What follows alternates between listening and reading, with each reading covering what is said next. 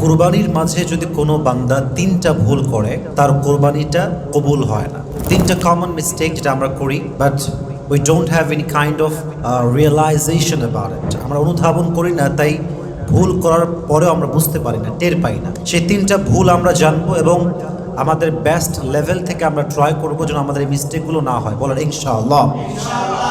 Number one mistake, নিয়তে ভেজাল। আমাদের অনেকে কোরবানি দেয় জাস্ট ফর শো অফ, লোককে দেখাতে চায় যে আমাদের গরু কত বড়।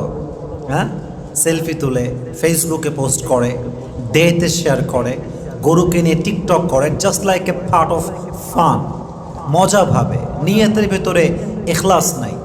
অনেকে দেখবেন বলবে এরকমভাবে যে কোরবানি দেওয়া লাগবে গো, না দিলে ছেলেপেলে কার গোস্ত খাবে, মানুষের গরু দেখে বেড়াবে, এমন টাইপের কথাবার্তা বলে। মানে নিয়তটাই উল্টা, নিয়তি খালি খাবে আর ঘুরবে। এটা দিয়ে আপনার কোরবানি কোনো আল্লাহর কাছে গ্রহণযোগ্য হবে না। অতএব কোরবানির আগে আপনাকে আপনার নিয়তটা পরিশুদ্ধ করতে হবে যে আপনি যা করছেন, যতটুকু করছেন, এটা আপনি করছেন এক সত্তার জন্য। আওয়াজ দিয়ে বলেন তো তিনি কে? কুল ইন্না সলাতি ওয়া নুসুকি ওয়া মাহইয়ায়া ওয়া মামাতি লিল্লাহি রাব্বিল আলামিন। আমার নামাজ, আমার রোজা, আমার জীবন, আমার কোরবানি, আমার সমস্ত কিছু, সব কিছু হবে এক সত্তার জন্য। তিনি কে? আর মাথায় রাখবেন, কোরবানির গোস্ত দিয়ে কিন্তু আল্লাহর কোনো লাভ নাই। কোরবানির গরুর সাইজ দিয়ে আল্লাহর কোনো লাভ নাই। আল্লাহ আপনার হৃদয় দেখবে। ইন্নাল্লাহা লা ইয়ানজুরু ইলা সুওয়ারিকুম ওয়া আমওয়ালিকুম ওয়া ইন্নাল্লাহা ইয়ানজুরু ইলা কুলুবিকুম ওয়া আমালিকুম। আল্লাহ সুবহানাহু ওয়া তাআলা does not look at your body, does not look at your wealth, does not look at your appearance. আপনার সম্পত্তি দিয়ে আল্লাহর কোনো লাভ নাই, আপনার রূপ বা দেহের গঠন দিয়ে আল্লাহর কোনো লাভ নাই। আল্লাহ বান্দার দুইটা জিনিস দেখে, এক বান্দার ইলা কুলুবিকুম, বান্দার অন্তর, দুই হচ্ছে বান্দার নেক আমল। অতএব আমরা আমাদের হৃদয়টা পরিষ্কার রেখে কোরবানি করব। রাজি আছেন তো ইনশাআল্লাহ? অতএব গোস্ত খাওয়ার নিয়তে মানুষ দেখানোর উদ্দেশ্যে কোরবানি করা যাবে না। সকলে বলেন ইনশাআল্লাহ। দুই, কোরবানির ক্ষেত্রে একটা কমন মিস্টেক আমরা করি, এটা হচ্ছে পশু এমন ক্রয় করি মাঝে মাঝে আমরা যেটা আয়েবযুক্ত হয়।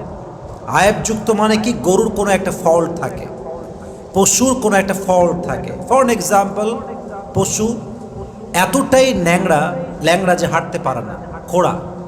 আবার কিছু দোষ আছে, যেমন আপনার মনে করেন যে দেখতে পায় না, কানা টাইপের, শুনতে পায় না, ঠসা টাইপের, আবার লেজ কাটা। এই যে কিছু বেসিক ফল্ট আছে, বেসিক কিছু ত্রুটি আছে, এই ত্রুটি থাকলে কোরবানি জায়েজ হবে না। তবে হ্যাঁ, কোনো গরুর যদি জন্মগতভাবেই তার শিং না থাকে, একটা হচ্ছে শিং কেটে গেছে বা কেউ কেটে ফেলেছে, ত্রুটি তার, বাট জন্মগত তার শিং নাই, এমন পশুর দ্বারা কোরবানি জায়েজ হবে। বাট এমন কিছু ফল্ট যেগুলো হাদিসে নিষেধ আসছে, যেমন ল্যাংড়া, খোড়া টাইপের আর কি, দেখতে পায় না, শুনতে পায় না, এমন পশু দিয়ে কোরবানি করলে তার কোরবানি কখনো জায়েজ হতে পারে। আল্লাহ আমাদের বোঝার তৌফিক দান করুন, সকলেই পড়া আমিন। তিন নাম্বার, কোরবানি করার ক্ষেত্রে একটা ভুলের জন্য অনেকের কোরবানি বাতিল হয়ে যায়। এই মূল কারণটা অনেকে আমরা জানি না। কোরবানি আপনি যত বড় পশু দিয়েই দেন, হাটের সবচেয়ে বড় গরু দিয়ে দেন না কেন, যদি আপনার ইনকামের সোর্সটা হারাম হয়, সুদ হয়, ঘুষ হয়, মানুষের টাকা মেরে খাওয়া টাকা হয়, এই কোরবানি যত বড়ই হোক, যত বড় গরুই হোক, এটা আল্লাহর কাছে কখনো কবুল হতে পারে। হালাল হওয়া জরুরি, কোরবানিটা হালালভাবে দেওয়া লাগবে। আল্লাহ আমাদের সবাইকে বোঝার তৌফিক দান করুন। সকলেই আমরা মন খুলে পড়ছি আমিন।